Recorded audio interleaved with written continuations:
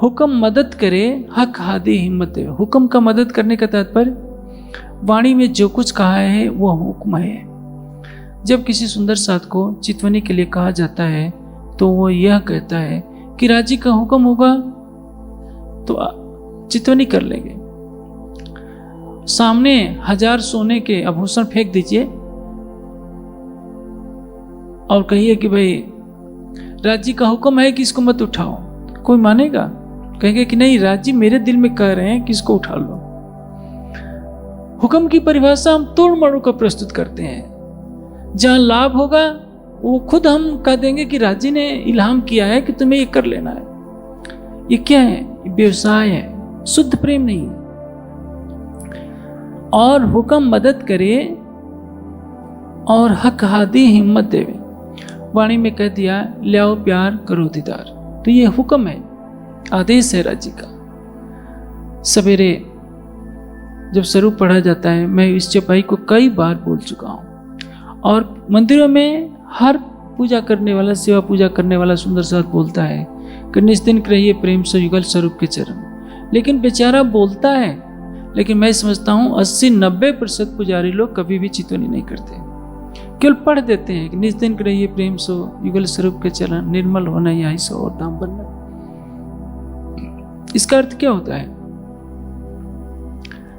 कि हम कथनी को करनी में नहीं बदलना चाह रहे हैं। पहले ही शर्त रखी केशवदास जी ने कि इल्म लदुन्नी से, तारतम्य ज्ञान से जो जागृत हो जाए, हुक्म मदद करे, हक हादी हिम्मत देवे। सुंदर साथ में तो हिम्मत ही नहीं है।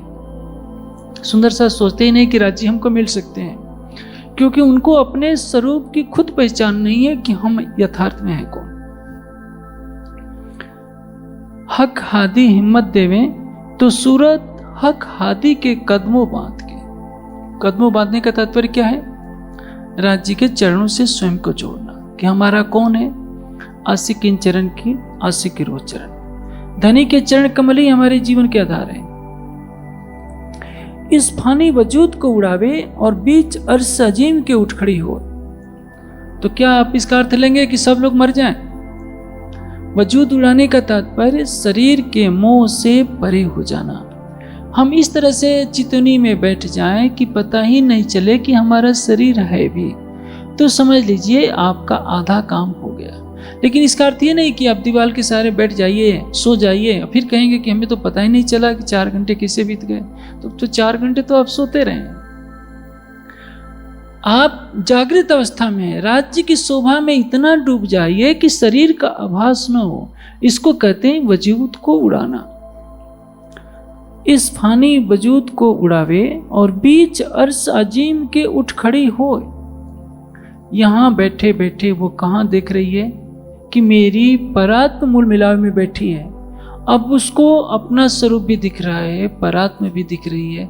उसको लग रहा है कि जो परात्मा है मैं भी वही हूं। सामने युगल स्वरूप दिख रहे हैं और ये कहां हो रहा है?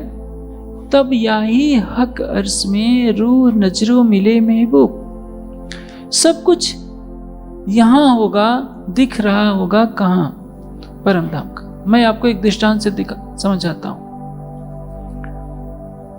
इसे मान लीजिए आप छत पर चढ़ गए, आपको दूरबीन दे दी गई कि यहां से मसूरी को देखिए। आप ऊंचाई वाले छत से दूरबीन लगाएंगे तो मसूरी आपको दिखने लगेगा। देख कहां रहे हैं? आप मसूरी को देख रहे हैं, शरीर आपका यहां है, दृष्टि आपकी पहुंच जा रही है। आपका शरीर उड़कर मसूरी नहीं जा रहा है। कोई पूछा क्या कर रहे हो तो आप क्या उत्तर देंगे कि अरे मैं मसूरी देख रहा हूं, तुम मुझे बाधा मत पहुंचाओ। तो वैसे ही है, अंतर्दृष्टि खोल लेंगे। परम धाम में बैठे बैठे आप सुरता के माध्यम से जिस तरह से संसार को देख रहे हैं, चितवनी के माध्यम से आत्मदृष्टि को खोलकर आप यहीं से बैठे बैठे परम धाम को देखेंगे।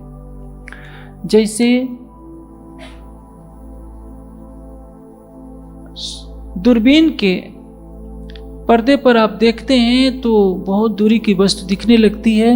माया का पर्दा हटाकर आप अंतर्दृष्टि से राज्य के चरणों में धारणा करेंगे, ध्यान करेंगे, आपका प्रेम गहरा होता जाएगा, तो आपकी अंतर्दृष्टि ऐसे लगेगी कि पूरे 25 पक्ष में घूम गई है।